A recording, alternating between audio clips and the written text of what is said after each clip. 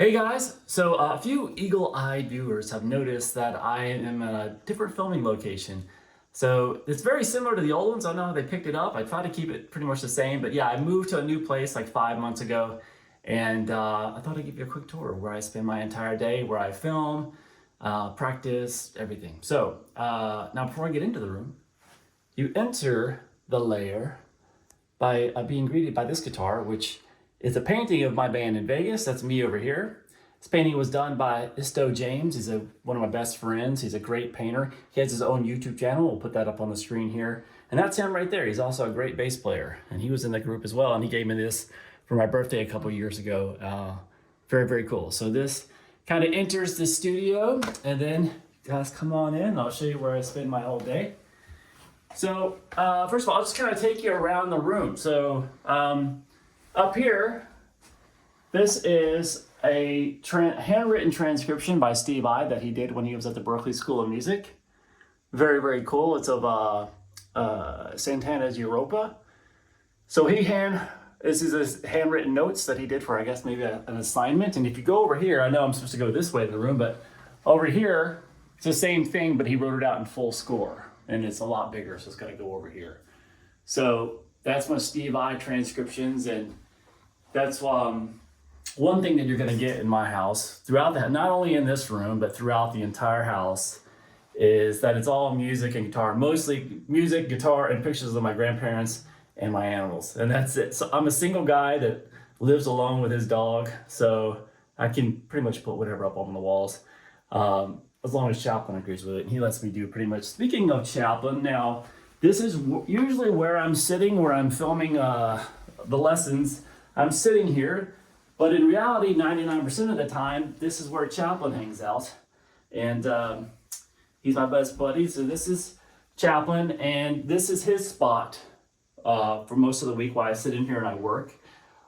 Chaplin, a lot of people say, well, hey man, are you blasting that dog's ears out with the volume? Usually play it like speaking volume. I haven't had a real amp in a long time, so I'll use a little tiny practice amp, but I'm usually using a modeler, and it's at speaking volume. So now, having said that, he is deaf. He just went deaf this year. He's 14 though. It's from old age. It's not from being blasted out by guitar. Well, actually, this past year I did kind of reinvent my legato technique, and I tried this kind of all hammer-on technique, and the first couple of months, it sounds horrible. So he might have willed himself to become deaf because he was just done with it. But most likely it's from age. But anyway, that's Chaplin, and that's his spot. And he has to get up whenever we film. But other than that, he's there the rest of the time. Let's talk about the guitars. This guitar I don't play at all. So this is an old guitar and a new guitar. So you'll see over here, this is a guitar that I actually play. There are both RG custom guitars, and you guys have noticed me starting to use this lately. So what happened was I have an older RG from the 90s, and I liked the way the neck felt, but the guitar was pretty much dead. It had been not taken care of by the previous owner, and I had bought it used, and string system, everything was just not working on it. So I just kind of put it away. I liked the way the neck felt. I ended up buying a brand new RG, J Custom, a couple years back, and it sounded great and everything worked great, but I hated how the neck felt. I'm not a fan of the Super Wizard neck. So I ended up putting the neck of the old guitar onto the body and the guts of the new RG. So it's a combination of both, and I moved the new neck onto the old guitar, and that just sits there. That's eye candy for videos, but I don't play it because the body and the electronics are horrible, and the neck doesn't feel good to me. This is a Faith 12 string, sits there. Don't play a lot of acoustic guitar, but this looks good in video. This is an Yngwie Malmsteen signature mouse, first good Strat I ever owned. Now, I haven't owned this all the time. I had to actually, this was my main guitar back in the 90s, like the late 90s. I used to play scallop guitars, and I had to sell it to kind of finance my move to Los Angeles. And I really hated doing it because I had put this custom finish on it. Obviously, they don't come in sunburst finishes. I had this custom done, but the reason I bought it back was a few years ago when I finally had the money to just kind of buy guitars you know, just for sentimental reasons. I don't, even if I'm not really playing them. Uh, this little chip, now the guy who bought it, he kind of filled it in with a little bit of marker, but there's a little tiny chip in it. And that is the reason I actually got the guitar back, because I had owned this, I had this thing refinished and had it for about a week and was teaching a student, and I had a new little German Shepherd puppy named Bozio, and when I wasn't looking down because I was writing out a piece of tab for a student, I had a guitar beside him on the floor.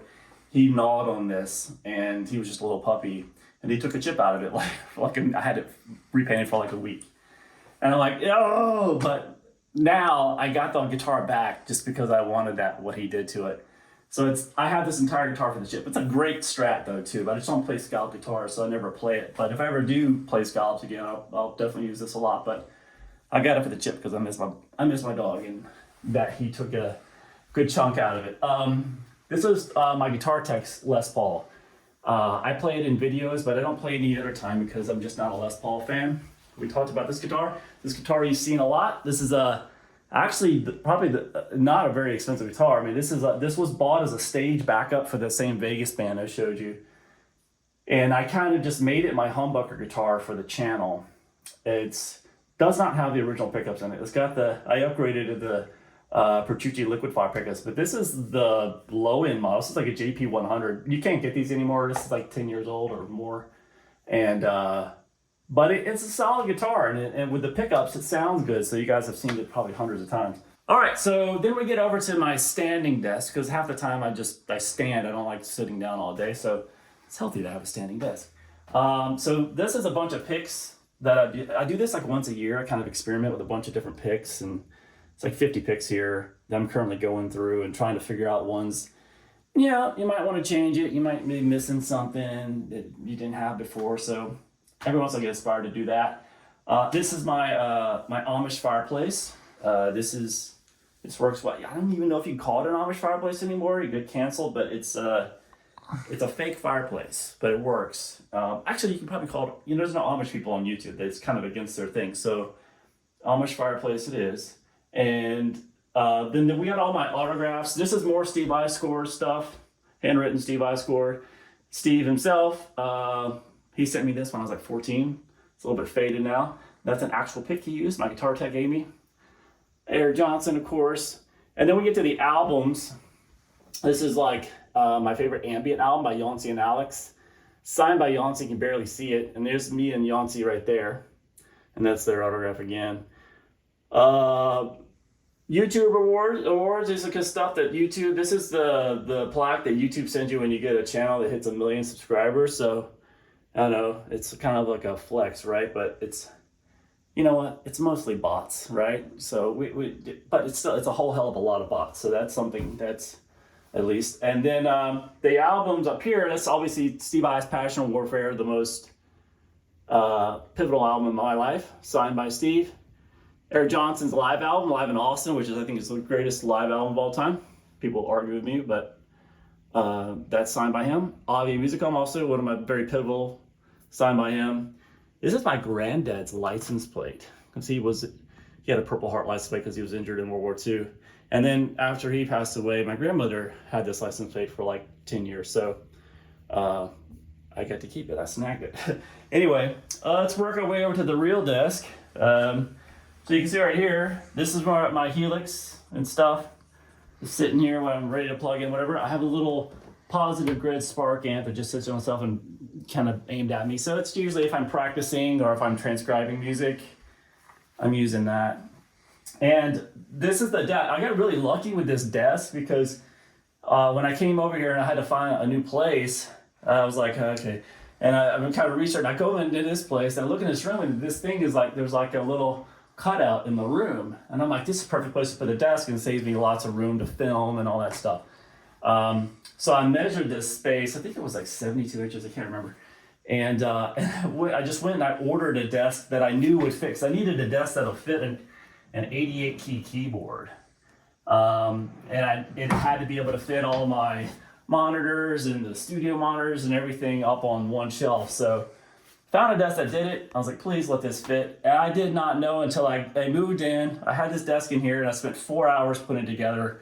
on the floor here because I knew I couldn't put it together out there and move it in. It has to be in the room. And I was like, please fit. And it literally fit by maybe 1/4 of an inch. So I got very lucky. This is a picture of Miles.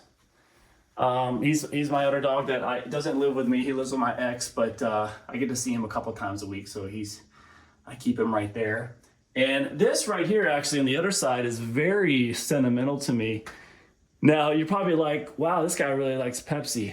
I hate Pepsi, actually. I haven't drank a soda in over 10 years, but especially if I was gonna drink soda, it would not be Pepsi. But this painting is not complete.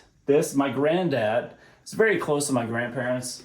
My granddad was a painter, an artist, and he won a lot of awards and all that stuff.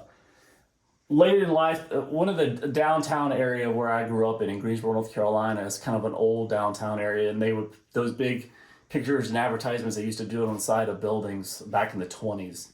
And this was one of those old paintings that was done on one of those buildings, and he liked the look of it, so he took a picture of it and took it back to his workshop to start painting it painting with the picture that he took. So he started doing this, and he had just started, obviously, put like the foundational stuff of it, and he ended up having an accident that ended up costing him his life. And so this was just unfinished. This is the last thing he was working on in his workshop. And my family let me take it, so I put it here where I work all day, just to kind of remind myself that, you gotta finish stuff. You gotta, whether it's you're writing your music, you're got a whole long line of emails or anything, finish it, because you might not get a chance to. And this is my granddad's last unfinished painting that was sitting in his workshop. So very, very special to me, obviously. And more guitars. A lot of acoustics over here. I'm not an acoustic player, really. But Faith Guitars, they've been really, really nice to me. There's another one over there. They sent me some really nice guitars. This is the most recent one they sent me, like a nylon string. But I'm not much of a steel string player. I play it on YouTube, but I'm mostly an electric guitar guy. This is the Strat. This is the Strat that's probably the most used guitar on. So it sits there right beside me. This is a 7-string here. All right, yeah. Mark Holcomb 7-string PRS. This is showing up on my album a lot. So I do write music here and record. I don't have a lot of studio gear. All you need is a really strong laptop. So that's what this is. And studio's in that thing. So, and that's pretty much it, except, oh wait. Got my Eddie Funko Pop. Now, actually people online are like, why are you taking them out of the box? You should keep it in the box. This is an investment. You can sell it. And I don't want to look at a box. First of all, you can't see his pants too well, these little patchwork pants, when he's in the box. And I wanted to look at Eddie and his pants. And also, I'm not going to use a $14 figurine to add to my investment portfolio. There's better things to invest in. So I just have that sitting there behind me. Anyway, that's about it for my studio. Like I said, most of the house is all music and stuff related downstairs and everything. Except for my guest room. My guest room is like a beach theme, because I live in a California beach down here. So, and I figured my guests would rather not look at like Steve I's childhood coloring books, and so they get sailboats instead. But other than that, most of this whole place is just music and animals, my dogs, and my grandparents. So I mean, I got really lucky with this place. I can fit everything in one room, because where I came from was a much bigger place, and we had multiple rooms. I had my own office and studio. Then we had a separate filming studio, and had to condense everything into one room here. But we made it work, barely, and it's a nice place to hang out all day. So pretty inspiring. So anyway, thanks for following along. I appreciate it. I hope you guys enjoyed this. A little bit different content that I usually put out, and I guess I'll get back to transcribing the next thing I have got to release on YouTube. I'll see you then.